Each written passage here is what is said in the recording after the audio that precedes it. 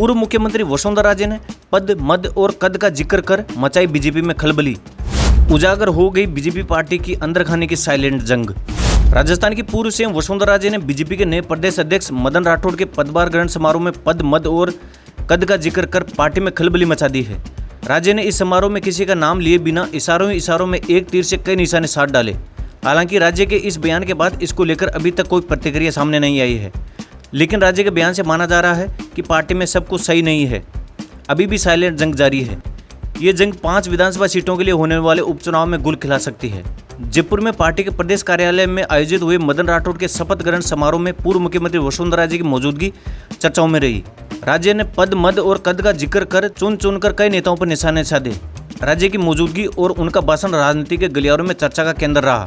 Rajasthan BJP के दिग्गज नेता राज्य ने मदन राठौड़ की सादगी की प्रशंसा करते हुए कहा कि केंद्रीय नेतृत्व ने सेवाभावी, सरल और ईमानदार नेता को प्रदेश अध्यक्ष बनाया है। उन्हें राठौड़ पर विश्वास है।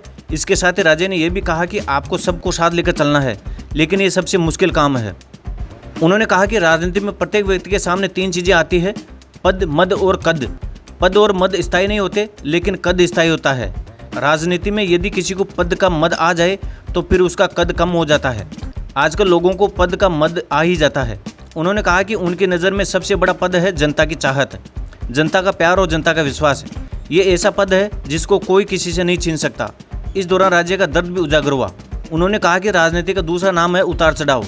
हर व्यक्ति को इस दौर से गुजरना पड़ता है। मदन राठौड़ के पदभार ग्रहण समारोह की खास बात यह है कि इस समारोह में सभी खेमों के नेता नजर आए, लेकिन समारोह में वसुंधरा राजे की मौजूदगी ने सभी का ध्यान खींचा। वसुंधरा राजे की ओर से इशारों में कई नेताओं पर निशाना साधना बताता है कि अभी बीजेपी में अंदर खाने चल रही जंग समाप्त नहीं हुई। बहरहाल मदन राठौड़ के पदभार संभालने के बाद उनकी पहली परीक्षा आने वाले विधानसभा उपचुनाव होंगे। वे अंदर खाने चल रही जंग को खत्म कर पाएंगे या फिर जुबानी तीर यूं ही चलते रहेंगे।